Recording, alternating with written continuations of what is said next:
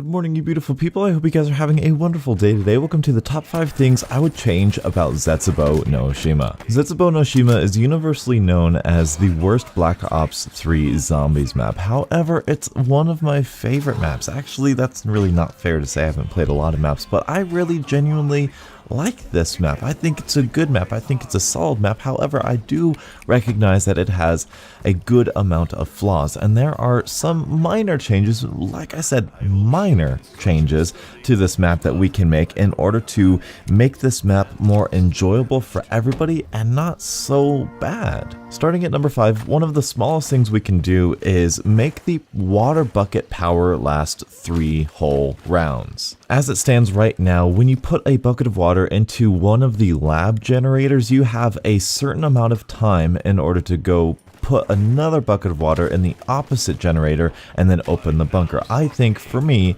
it would make more sense to be able to put in a bucket of water and have that bucket of water last for 3 full rounds on that side of the map before it finally runs out. This would make it not so much of a sprint to turn or to open the bunker, which would make that part of opening up and setting up the map easier. It's not really a big thing, that's why it's at number 5. Coming in at number 4, this is going to be just a flat buff to the KT4, either giving it more default ammo and upgraded ammo, making it stronger, making it last longer, doing something to make the KT4 worth getting. Right now, it's personally one of the coolest wonder weapons in my opinion, aesthetically, kind of just in what it does. I think it's really cool, I think it's really interesting. It reminds me of a Sliquifier, as well as sort of like a wave gun effect. They kind of combined the two, which is really interesting, but it's not very effective. Or what we could do is we can make it more instant. We can make it to where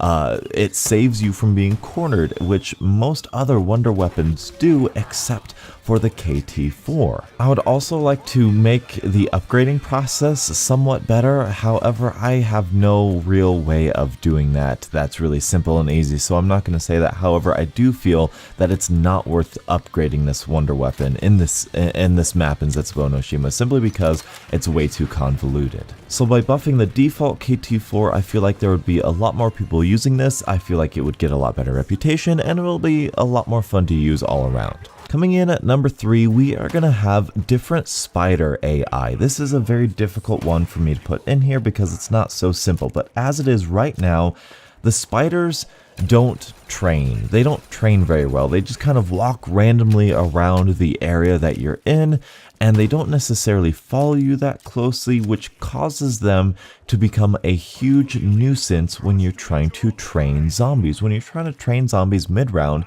and there's just 2 or 3 spiders just in your way, it's like movable barriers that aren't predictable. They're random, and it's really uncomfortable to train, and it's not so difficult because, like I said, it's random, so there's no like strategy you can use other than just shooting them and getting them out of your way, which is a waste of ammo to get them out of your way, which, I don't know, I feel like that's an issue. I feel like zombies needs to be consistent and manageable and predictable, at least in a core fundamental sense when it comes to their enemies, because that's kind of what zombies is to me.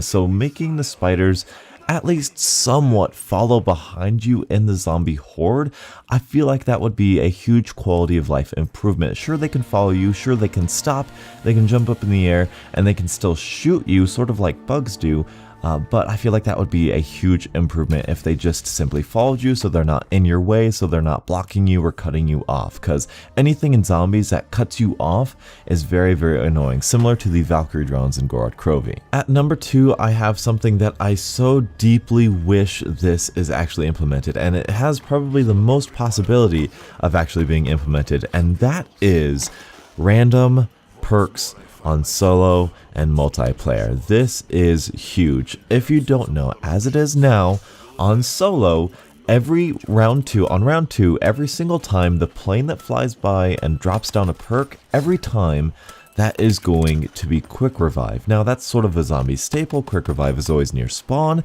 so I can understand why they do that. However, the issue with that is that the position of Jug is always in the bunker on solo. So that means not only do you need to open the bunker, you need to actually turn on power, which is incredibly more expensive on solo than it is in multiplayer. The way we fix this is make Jug and Quick Revive random, both on solo and on multiplayer, so that on solo, while there's a chance you can get Quick Revive in that first plane that flies by on round 2, there is also another chance of you getting Jug on that plane that flies by on round 2. That way you can kind of pick your own poison. If you want to be a Quick Revive guy right away, you want that sort of protection, you can go ahead. But if you don't like having Quick Revive at the start, you can restart your game and you can have, or restart your game until you get Jug that flies by. That way you only need to power up one of the generators, one of the labs on the side of the map in order to get Jug or Quick Revive or whatever it is. I feel like that would be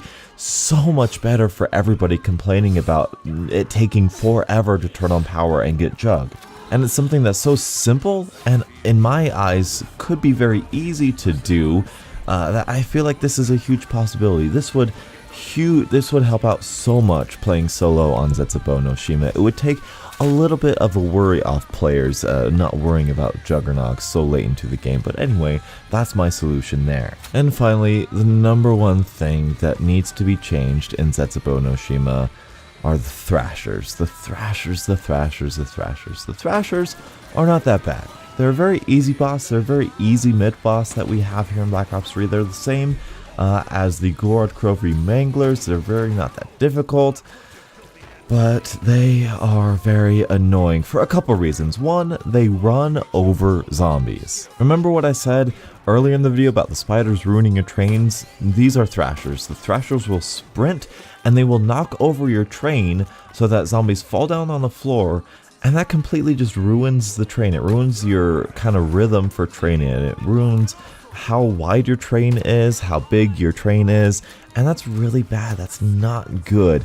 The dynamic in and of itself, not so bad by itself. We can keep that if we need to. However, there are a ton of Thrashers in here, and the Thrashers don't give you any points. So we have 3 issues here. There's too many Thrashers. They knock down, they kill your train, which is fine. That's what mid bosses should do. And they don't give you any points. So when you get a Thrasher really early on, you're wasting all of your ammo and not getting any points. The Panzer, the Margwa, all of these things give you an adequate amount of points, except the Thrasher. The Thrasher doesn't give you really any points. And there's so many of them, they come multiple times per round. They can spawn even when it's not one of the Thrasher rounds because of the spores. And it's just annoying. It just ruins the game for me. It really ruins the map for me. I don't want to go for high rounds. I don't want to go for 30 on Zetsubou no Shima simply because of these Thrashers. Because when I play Zetsubou no Shima, I'm not playing zombies. I'm playing how can I avoid Thrashers, and that's what's super annoying to me. And I feel like that is something that needs to be changed somehow. So we need to either reduce the amount of that's the most obvious thing we can do. Obvious thing, reduce the amount of Thrashers. Make it so that they can only spawn a certain number of rounds, except for maybe on certain rounds they spawn multiple times per round. I've already suggested this thing way back a couple videos ago. Or at least, and make them give you points, because that's something that's so huge. I'm wasting my bullets. I'm shooting something that's a mid-boss.